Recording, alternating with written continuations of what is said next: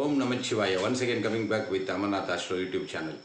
இன்றைக்கி நம்ம பார்க்க போகிற பதிவு பார்த்தீங்கன்னா,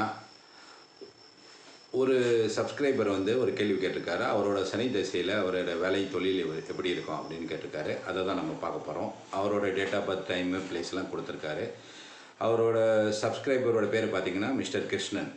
அவரோட ஜாதகம் எப்படி இருக்குன்னு பார்க்கலாம். பதிவுக்கு போகிறதுக்கு முன்னாடி நம்ம அனைவருக்கும் ஜோதிடம்னு ஒரு சப்ஸ்கிரைபருக்கு ஒரு கேள்விக்கான பதில் இலவசமாக வழங்கிக்கிட்டு இருக்கோம். இதில் நீங்கள் பண்ண வேண்டியது என்னென்னா, ஜோதிட பதிவுகளை தொடர்ந்து பாருங்கள். ஏன்னா ஜோதிட பதிவுகளை பார்த்தீங்கன்னா இந்த கொஷின்லாம் நீங்கள் கேட்க வேண்டிய அவசியம் இருக்காது.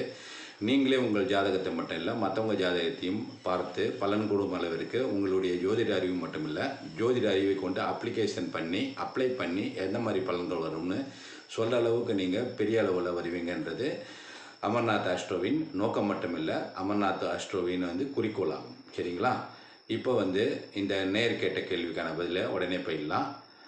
இவர் பார்த்திங்கன்னா மிஸ்டர் கிருஷ்ணன். இவரோட டேட் ஆஃப் பர்த் 26, அதாவது குடியரசு தினத்தில் பிறந்திருக்காரு. 26/1/1983 பகல் 2:25 சென்னையில் பிறந்திருக்காரு. சரிங்களா?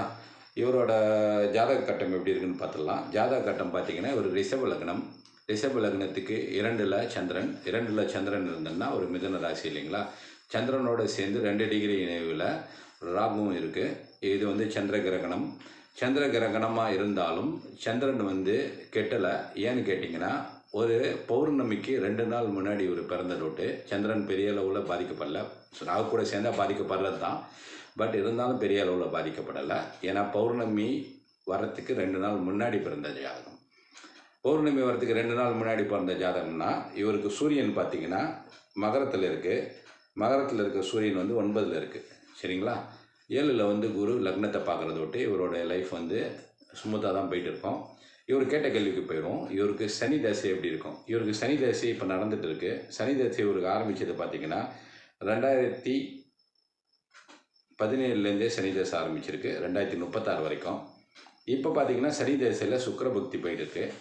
சுக்கிரன் பார்த்திங்கன்னா இவருக்கு ரிஷப லக்னத்துக்கு 10வது இடத்துல, அதாவது கும்பத்தில் செவ்வாயோடு சேர்ந்துருக்காரு. சனி தசை, சனி உச்சமான வீடு.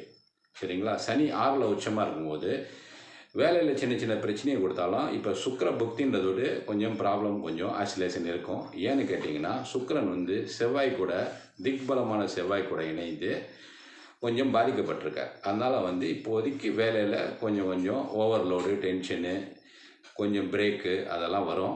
ஆனால் இதற்கு அப்புறமா வர சூரிய புக்தி, சந்திர புக்தி இதெல்லாம் கொஞ்சம் பெட்டராக இருக்கும். இவர் ஏற்கனவே பார்த்திங்கன்னா வேறு ஸ்டேட்லேயோ இல்லை வேறு ஊர்லேயோ, அதாவது சென்னையை தவிர வேறு இடத்துல தான் வேலை செஞ்சுட்டு இருக்காரு.